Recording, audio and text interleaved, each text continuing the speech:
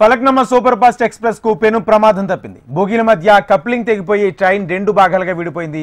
ఒక్కసారిగా జాయింట్ పోవడంతో ప్రయాణికులు భయాందోళనకు గురయ్యారు. ఈ ఘటనలో ఎవరికి ఎలాంటి ప్రమాదం జరగకపోవడంతో అధికారులు ఊపిరి పీల్చుకున్నారు. ఈ ఘటన శ్రీకాకుళం జిల్లా పలాస సమీపంలో చోటు చేసుకుంది.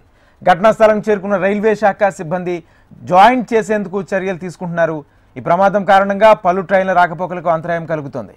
ఇక ఫలక్నమా సూపర్ ఫాస్ట్ ఎక్స్ప్రెస్ లోని ప్రయాణికులను మరో రైల్లో పంపించేందుకు ఏర్పాట్లు చేస్తున్నారు.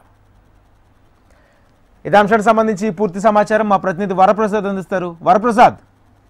రాజేంద్ర, ఇప్పుడు Falaknuma super fast express Palasa దాటి అంటే 7 గంటల 15 నిమిషాలకి 28 బోగీల్లో 8 బోగీలకు సంబంధించిన క్లిప్ ఊడిపోవడంతో ఈ ఘటన జరిగింది.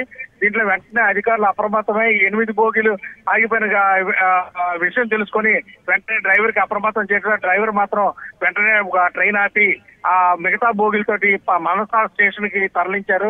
మిగతా 8 బోగీలు కూడా వెనక నుంచి మరొక ఇంజిన్ పలాస నుంచి తీసుకొచ్చి దాన్ని కూడా మనసా స్టేషన్ కి మాత్రం తీసుకెళ్లి రెండింటికి కప్లింగ్ చేయడానికి అన్ని ఏర్పాట్లు చేస్తారు. ముఖ్యంగా ఎవరికి ఎటువంటి ప్రాణాపాయం జరగకపోవడం మాత్రం అధికారులు ఊపిరి పీల్చుకున్నారు. ఇటువంటి ఘటనలు మాత్రం ఈ మధ్య కాలంలో ఎక్కువగా చోటు చేసుకున్నాం. మనం చూసుకునేసరికి నాగావళి ఎక్స్ప్రెస్ ఈ మధ్య చూసుకునేసరికి ఒరిస్సాలో కూడా ఈ ఫలక్నమా ఎక్స్ప్రెస్ కూడా ఇదే విధంగా యాక్సిడెంట్ అయింది. ఈ నేపథ్యంలో చూసుకునేసరికి అసలు రైల్వే శాఖ తాలూకా ఎవరైనా సరే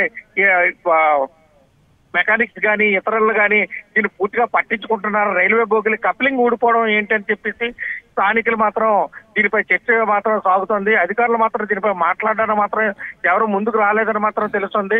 ఈ నేపథ్యంలో ఈ వేరే ట్రైన్లో కూడా ప్రయాణికులు తరలించడానికి కూడా ఏర్పాట్లు చేసిన మరొక 10 నిమిషాల్లోని ఈ కప్లింగ్ చేయడానికి మాత్రం ఆస్కారం ఉన్నది. ఇదే ట్రైన్లో అందరినీ ఎవరెవరికి పంపిస్తామని మాత్రం అధికారులు తెలిపారు.